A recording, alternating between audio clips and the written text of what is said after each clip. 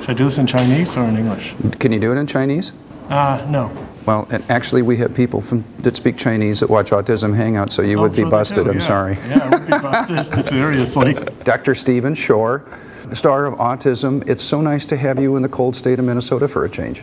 Oh, it's my pleasure to be here. It's great to talk about autism and success for people on the autism spectrum and how we can build that success. Today's program is called Advancing with Autism, and it is at Dakota County Technical College in Rosemount, Minnesota. You were one of the keynotes. In 3 minutes or less, can you give me the highlights of what you're going to talk about? Oh, indeed I can. I'm going to focus on what we can do to promote success for individuals on the autism spectrum.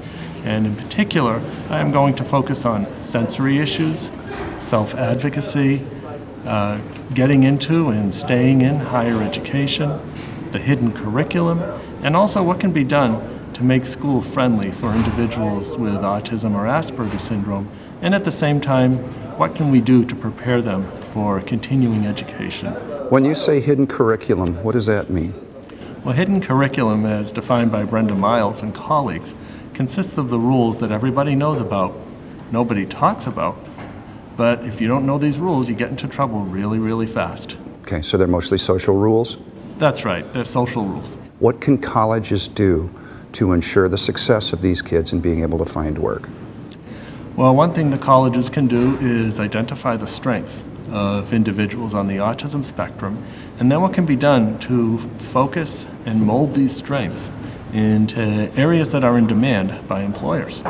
What do you think are some of the biggest strengths of people with Asperger's today that are recognized? Some of those recognized strengths are in the IT industry, but also we see people on the autism spectrum having strength in the arts and many other areas. And I think the most important thing to keep in mind is that the strengths of people on the autism spectrum are just as varied as everybody else's. However, for those on the autism spectrum, they're to a greater extreme.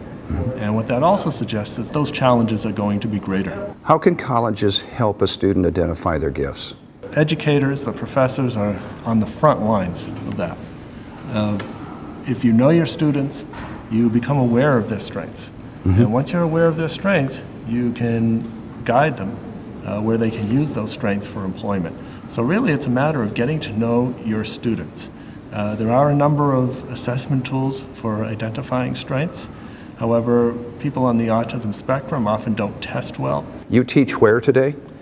Today I teach at Adelphi University. Okay. I am an assistant professor of special education, and my research focuses on helping those individuals on the autism spectrum lead fulfilling and productive lives to their greatest potential. Being somebody that's on the spectrum, I know that you are highly sensitive to sensory issues as it relates to a building or a classroom.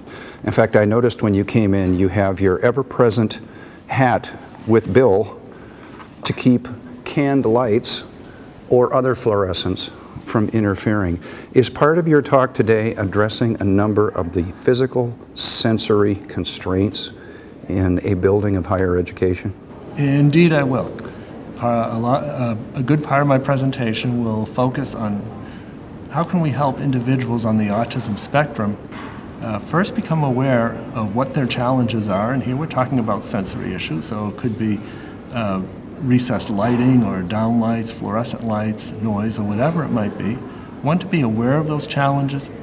Then, after we have that foundation of awareness, getting to the first step of self-advocacy, which is scanning the environment and identifying where those challenges are, be it a fluorescent light, recessed lighting, or whatever it might be. And then upon identifying that challenge, getting to the second step, which is developing an effective advocacy plan. So being able to advocate for oneself and state one's needs in a way that the other person can understand and provide support. So not having a meltdown, not biting the professor, not screaming, kicking, or throwing over desks, but being able to calmly say, where I am seated is under some recessed lighting, and sitting under recessed lighting is like looking into a spotlight for me. So I wonder if I can move my seat. The third part is the disclosure. You have to give a reason why. And depending upon the situation, you might choose to say, I have sensitive eyes, these lights give me a headache, or you could go for the full disclosure, I'm on the autism spectrum and this is one of the characteristics. Dr. Short, I'm so grateful that you're on the front lines helping us all learn how to not just live with autism, but to thrive with autism. Thank you for what you do, and thank you for your 5 minutes this morning. You're welcome, and it's my pleasure and my honor to do so.